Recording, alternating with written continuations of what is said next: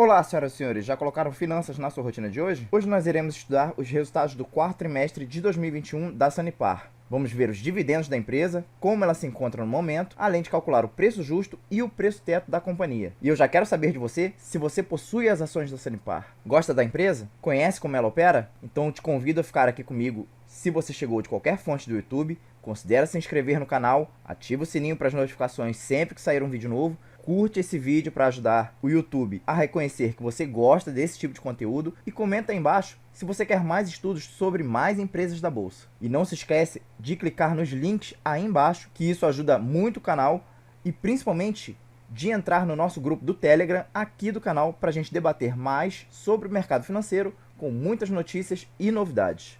Recados dados, bora pro vídeo?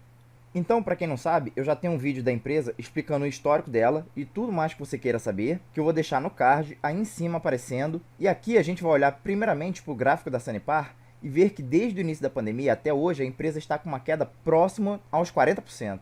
Porém, se a gente comparar com o índice Bovespa, a gente tem esse gráfico aqui e a Sanepar tem praticamente o dobro de retorno do índice ao longo de praticamente 10 anos. E por último, se a gente comparar com as demais empresas de saneamento, que são a Copasa e a Sabesp, a Sanepar ganha com muita folga no mesmo prazo de tempo das suas concorrentes. Mas lembre-se que retorno passado não é garantia de retorno futuro. Agora, partindo para o resultado da empresa, no quarto trimestre de 2021, a empresa comunica que aumentou sua receita em 8%, a sua geração de caixa cresceu 17% e teve aumento do lucro líquido em 18%. A gente consegue também ver que a Sanepar possui um índice de atendimento de água em 100%, porém de esgoto ainda está abaixo dos 80%. Como o novo marco de saneamento prevê que até 2033 os contratos das companhias deverão ter um índice de cobertura de 99% para o fornecimento de água potável e de 90% para a coleta de esgoto, então a gente nota que a Sanepar ainda tem um bom caminho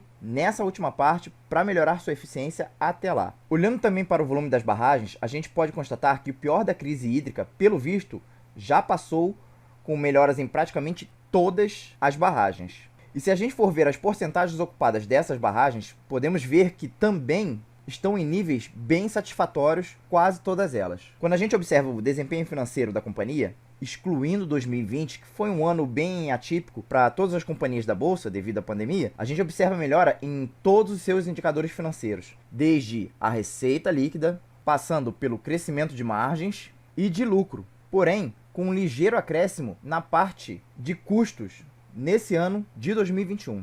Outros detalhes a serem observados é que houve um aumento na dívida líquida da empresa de 2021 em relação a 2020. Porém, com a relação dívida líquida sobre EBITDA girando na casa dos 1,4 vezes. Isso quer dizer que a companhia se encontra num nível saudável de alavancagem, com um pouco mais de 10% da dívida vencendo no curto prazo, sendo que a companhia tem caixa suficiente já para pagar esse tipo de dívida.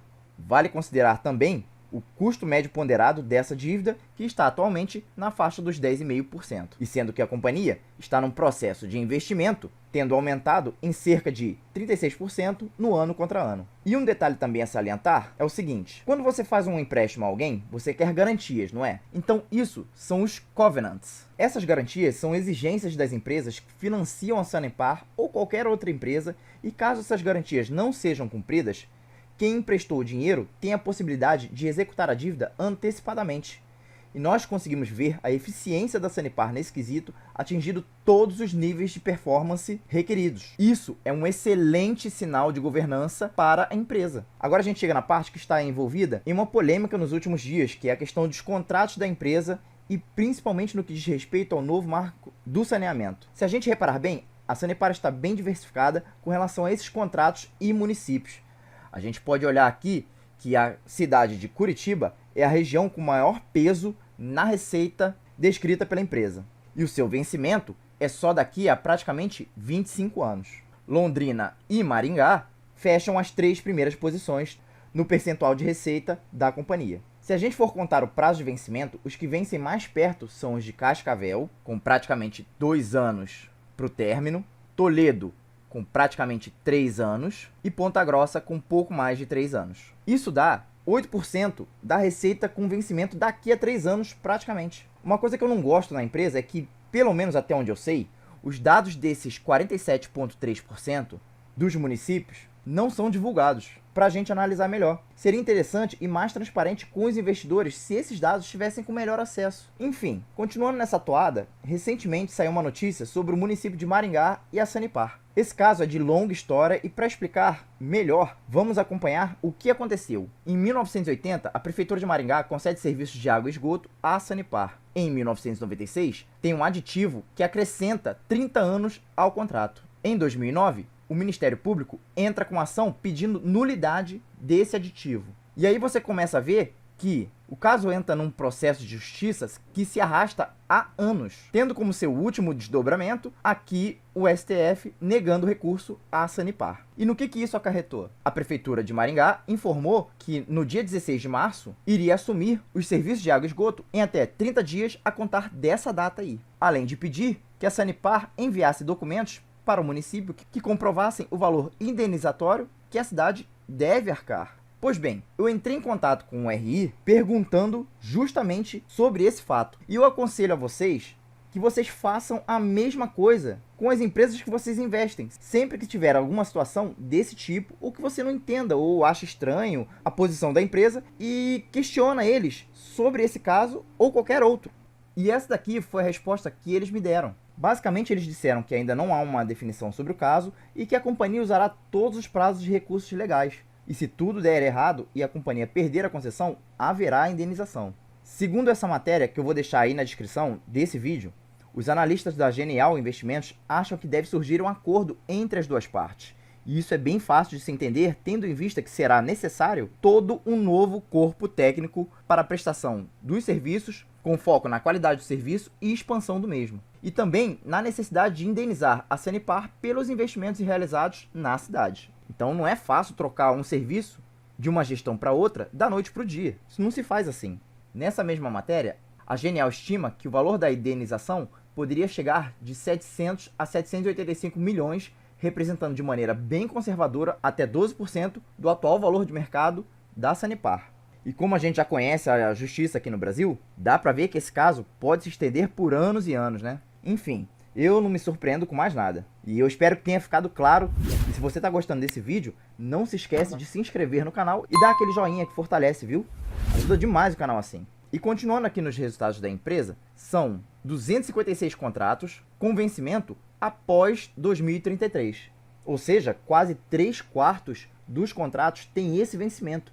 Então não tem muito com o que se preocupar, pelo menos ao meu ver, nesse quesito aí. A gente também vê que a empresa aumentou a quantidade de ligações de água e também aumentou a quantidade de ligações de esgoto de um ano para o outro. E nessas duas frentes, o maior consumo é o residencial ainda, com cerca de 90% no esgoto e 90% no consumo de água. Também tem a questão da eficiência em relação ao índice de perdas por ligação, apresentando quedas desde 2018.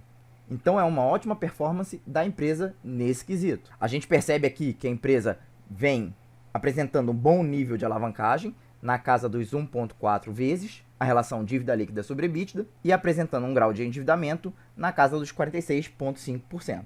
E mais da metade dessa dívida tem um prazo acima de 60 meses. Isso é um ponto bem positivo para a empresa, ao meu ver. E chegando à parte de pagamentos de dividendos, a gente puxa aqui a política de payout da empresa, que é a porcentagem do lucro líquido que a empresa paga, e a gente nota que ela pode distribuir, além dos 25% do lucro líquido, um adicional de mais 25% desse lucro líquido. Ou seja, pode chegar a 50% de payout. Lembrando sempre que as ações preferenciais possuem 10% a mais na distribuição de proventos sobre as ações ordinárias.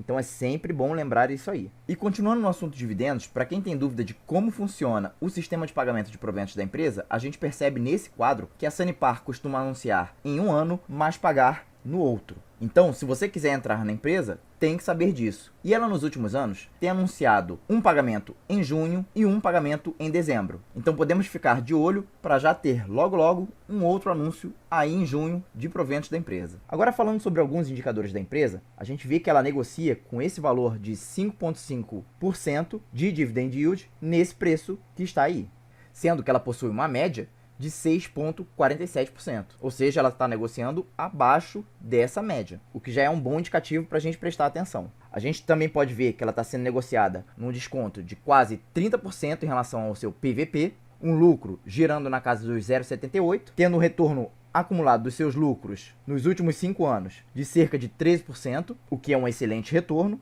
e um PL de 5,15. Aliás, olhando esse gráfico aqui, a gente pode notar o desconto que ela está quando a gente compara o preço, que é representado por essa linha azul, e o lucro por ação, que é a linha laranja. Olha a boca de jacaré se abrindo aqui. Interessante, não é? Então, no longo prazo, a gente consegue ver o seguinte, ó. O preço segue o lucro. Se a empresa lucra, o preço aumenta. Agora, será que esse espaço aqui é uma oportunidade? O que você acha? E aqui a gente vê o histórico de payout da companhia, e isso aqui eu vou usar para o cálculo do preço TE daqui a pouco, que é de cerca de 40% de média, sendo que atualmente está sendo negociada com 27% de payout, devido à política de investimento da empresa.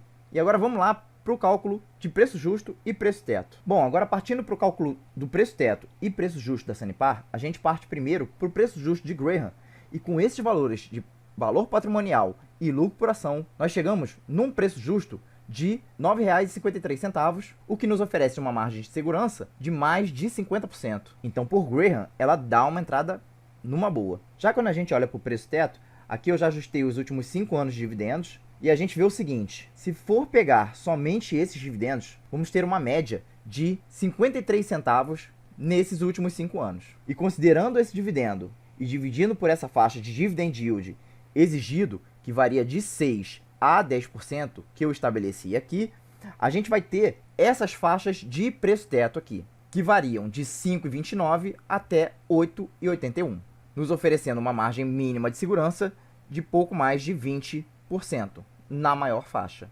Agora, se a gente for considerar a política de payout da empresa sendo de 40%, como sempre foi o histórico dela, e se a gente exigir a mesma faixa de dividendos para a empresa, variando de 6 a 10%, a gente vai ter essa faixa de preço teto para cada um desses dividendos exigidos. Sendo assim, a gente vai ter essa faixa que varia de 3,15 até 5,25. Mas isso eu estou considerando se a empresa distribuir essa média daqui para frente. Então, nesse caso, ela não estaria tão descontada assim. E lembrando que isso aqui não é recomendação nem de compra, nem de venda dessa ou de qualquer ação que a gente já viu por aqui. E agora me diz aí, se você tem Sanepar na carteira e o que você acha da empresa. Coloca ela na sua rotina? Deixa sua resposta aí nos comentários e vamos debater juntos. Continua comigo vendo os vídeos que aparecem aí na tela final. Não se esquece de colocar nossa rotina de sempre em dia, curtindo esse vídeo, que isso ajuda muito meu trabalho aqui, se inscrevendo no canal se não for inscrito, ativando o sininho para receber as notificações e compartilhando esse e outros vídeos aqui do canal para mais pessoas sempre. É isso, pessoal. Um grande abraço, paz, saúde e sucesso a todos.